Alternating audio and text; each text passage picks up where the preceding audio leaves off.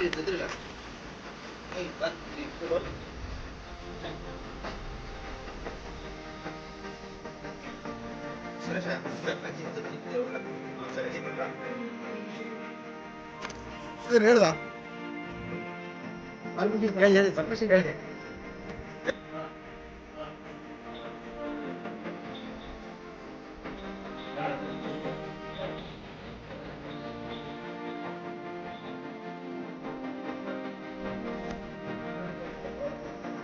ಆಗಲೇ ಬೆಳಿಗ್ಗೆ 6 ಗಂಟೆಯಿಂದನೂ ಫಾರೆಸ್ಟ್ರಿ ಕೆಲಸ ಮಾಡ್ತಾ ಇದ್ದಾರೆ.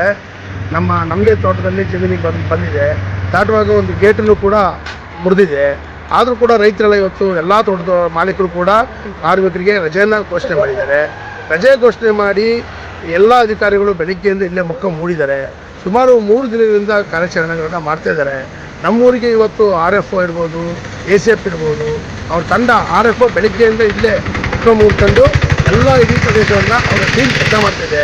4 ತಂಡಗಳು ಕೆಲಸ ಮಾಡ್ತಾಯಿದೆ. ಪಟಾಕಿ ಹಾಕ್ತಾಯಿದ್ದಾರೆ. ಬೆಳಗ್ಗೆಯಿಂದ ಸಂಜೆ ತನಕ ಟ್ರಾಫಿಕನ್ನು ಸ್ವಲ್ಪ ವೆಹಿಕಲ್ನ ಓಡಾಡೋದು ಕೂಡ ಸ್ಟಾಪ್ ಮಾಡಿ ಜನರಿಗೆ ಅನುಕೂಲ ಮಾಡಿಕೊಟ್ಟಿದ್ದಾರೆ. ಈಗಲೂ ಕೂಡ ಅವರು ರಾತ್ರಿ ಹಗಲು ಅಂತೇಳಿ ಯಾವುದು ಲೆಕ್ಕಕ್ಕೆ ತಗೊಳ್ಳೋದಕ್ಕೆ ಕೆಲಸ ಮಾಡ್ತಿದ್ದಾರೆ. ಅದಕ್ಕೆ ನಾನು ನಮ್ಮ ಊರಿನ ಪರವಾಗಿ ಮತ್ತು ನಾಡಿನ ನಮ್ಮ ಹುಡುಗಿಯರ ತಾಲೂಕಿನ ಜನತೆ ಪರವಾಗಿ ನಾನು ಕೃತಜ್ಞತೆಯನ್ನು ಸಲ್ಲಿಸಬೇಕಾಗ್ತದೆ ಫಾರೆಸ್ಟ್ ಇಲಾಖೆಗೆ.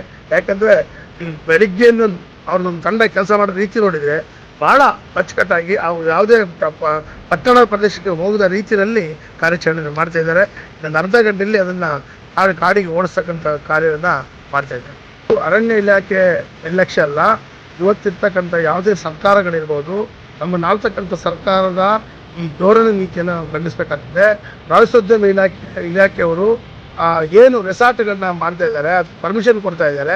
ಎಲ್ಲ ಕಾಡು ಪ್ರದೇಶಗಳನ್ನ, ಅರಣ್ಯ ಪ್ರದೇಶಗಳನ್ನೆಲ್ಲ ಲೂಟಿ ಹೊಡೆದಂಥ ಭೂಮಾಲೀಕರು ಎಲ್ಲ ರೆಸಾರ್ಟ್ಗಳನ್ನ ಮಾಡಿ ಜನವಸತಿ ಇರ್ತಕ್ಕಂಥ ಪ್ರದೇಶಗಳಿಗೆ ಆನೆಗಳು ಲಗ್ಗೆ ಇಡ್ತಾ ಇದೆ. ಅಲ್ಲಿ ಯಾವುದು ಆನೆಗಳು ಬದುಕಬೇಕಾಗಿತ್ತು ಆ ಅರಣ್ಯನೆಲ್ಲ ಲೂಟಿ ಮಾಡಿ ಅಲ್ಲೆಲ್ಲ ಹೊರಗಡೆಯಿಂದ ಟೂರಿಸ್ಟ್ ಬರ್ತಕ್ಕಂಥ ಯುವಕರು ಅಲ್ಲಿ ಪಟಾಕಿ ಹಾಕೋದು, ಡ್ಯಾನ್ಸ್ ಮಾಡೋದು, ಮೋಜು ಮಸ್ತಿ ಎಲ್ಲ ಮಾಡಿ ಅಲ್ಲಿ ಡ್ಯಾನ್ಸು DJ ಹಾಕ್ತಕ್ಕಂಥ ಕಾರ್ಯಕ್ರಮಗಳು ನಡೀತಾಯಿದೆ. ಆ ಕಾರಣಕ್ಕಾಗಿ ಆನೆಗಳೆಲ್ಲ ಈ ಪಟ್ಟಣ ಪ್ರದೇಶಗಳಿಗೆ ಲಗ್ಗೆ ಇಡ್ತಾಯಿದೆ. ಇದು ಸರ್ಕಾರಗಳು ಕೂಡ ಮುನ್ನೆಚ್ಚರಿಕೊಂಡು ಈ ರೆಸಾರ್ಟ್ಗಳನ್ನ ನಿಲ್ಲಿಸಬೇಕು. ಆಗ ಆನೆಗಳು ಅವರ ಪ್ರದೇಶಕ್ಕೆ ಹೋಗಿ ಅಲ್ಲಿ ಬದುಕ್ತವೆ. Subscribe now and press the bell icon. Never miss an update.